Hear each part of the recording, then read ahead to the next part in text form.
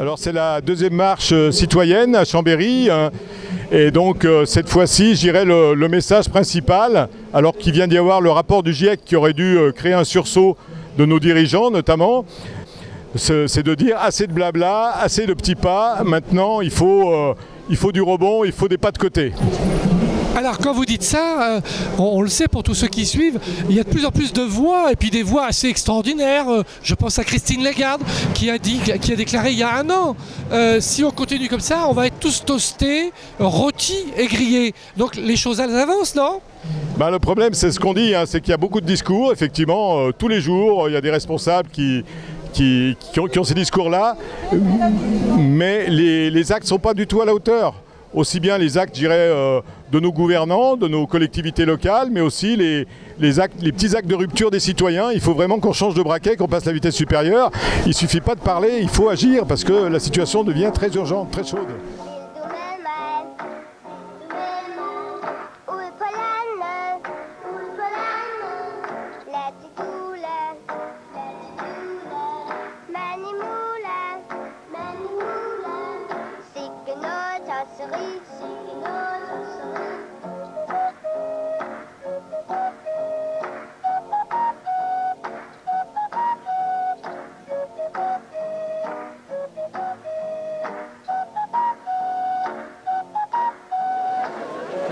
Aujourd'hui, nos trajectoires se croisent alors que nous sommes au carrefour de l'avenir de l'humanité.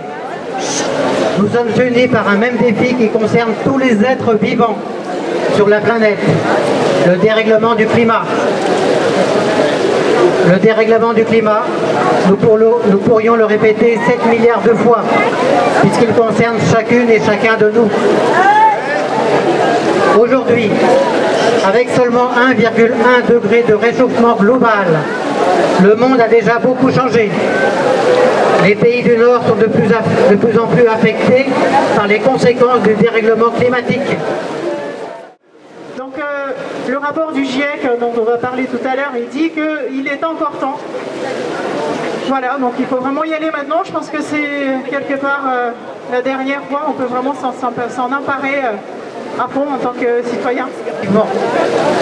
Le système économique actuel, capitaliste et productiviste, réchauffe la terre. Les lobbies et la finance dictent leurs lois. En continuant sur cette voie, nous fonçons vers un réchauffement d'au moins 3 degrés Celsius. Alors, on voit dans ce que vous proposez, en tout cas dans le discours qu'on a entendu, peut-être qu'il y a des nuances, on dirait qu'il y a deux responsables, il y a les institutions, les politiques, et puis il y a les citoyens. Est-ce que là, et je reprends moi une affirmation de Jean-Baptiste Combi, qui est sociologue, est-ce qu'il n'y a pas une dépolitisation de la question politique du climat en rendant l'ensemble des citoyens responsables, c'est-à-dire en accent uniquement sur une responsabilité individuelle ? Alors justement, vous venez de le répéter, on ne se trompe pas, on marche bien sur les deux jambes. Ce sont d'abord des politiques publiques, ce sont des grandes décisions nationales, internationales, européennes qui doivent permettre de répondre à ce défi. Mais on dit aussi effectivement que les citoyens, d'une part, ces élus-là, ils sont censés représenter les citoyens, donc les citoyens doivent les interpeller.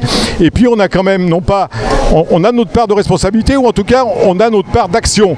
Et on sait très bien que ce sont les citoyens et les collectivités locales qui sont les leviers les plus importants et qui peuvent faire bouger, après, je dirais, l'ensemble des décideurs.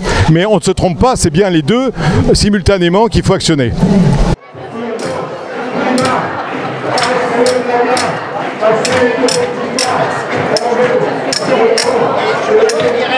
Vous participez de la marche pour le climat et vous distribuez particulièrement un tract sur Attac, où vous posez une question sur l'épargne solidaire. Alors est-ce que vous pouvez nous en dire un peu plus ? Oui, alors comme tout Français, beaucoup de Français, 24 millions, ont un livret développement durable et solidaire. Et naïvement, ils pensent que ce livret, l'épargne déposée sur ce livret sert à financer la transition écologique, la rénovation des bâtiments, etc.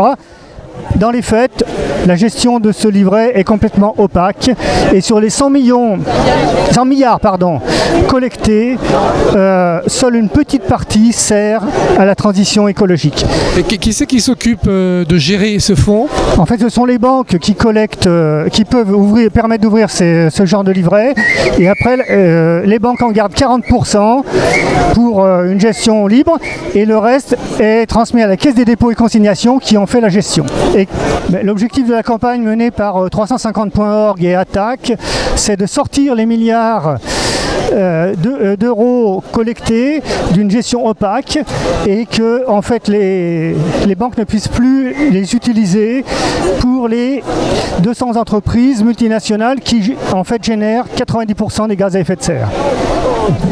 Alors, je repose la question parce que vous semblez ne pas l'avoir comprise. Est-ce que, justement, dans la partie citoyenne, il n'y a pas une confusion en ne caractérisant pas, finalement, ceux qui polluent le plus? Et vous le dites bien d'ailleurs dans certains tracts, hein, selon les chiffres, il y a 100 entreprises qui produisent 70% de carbone ou 200 entreprises qui produisent 90% de carbone. Et pareillement, mais moi je n'ai pas l'accent sur l'individu, j'ai l'impression que c'est plutôt dans vos discours, c'est plutôt les classes CSP qui consomment beaucoup et qui polluent beaucoup et non pas les classes populaires. Et ça, on l'entend très peu. Alors, il vous aura pas échappé que d'ailleurs une des deux banderoles encore aujourd'hui dit ça, c'est changeons le système, pas le climat. Donc il n'y a pas de dépolitisation et on dit très clairement que le système actuel, capitaliste, productiviste, est effectivement complètement incompatible avec ce défi du changement climatique et de la crise écologique.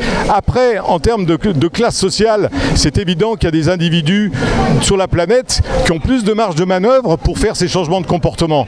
On ne se trompe pas, mais on pense qu'en tout cas en termes de prise de conscience, on a tous, l'ensemble des terriens a un cerveau, un cœur et des poumons.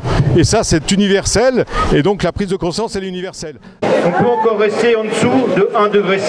Si nous changeons le système maintenant, alors faisons-le. Ça vous paraît impossible ? Mais nous devons tenter l'impossible pour éviter l'impensable. Chaque dixième de degré supplémentaire a des impacts tragiques pour des millions d'êtres humains.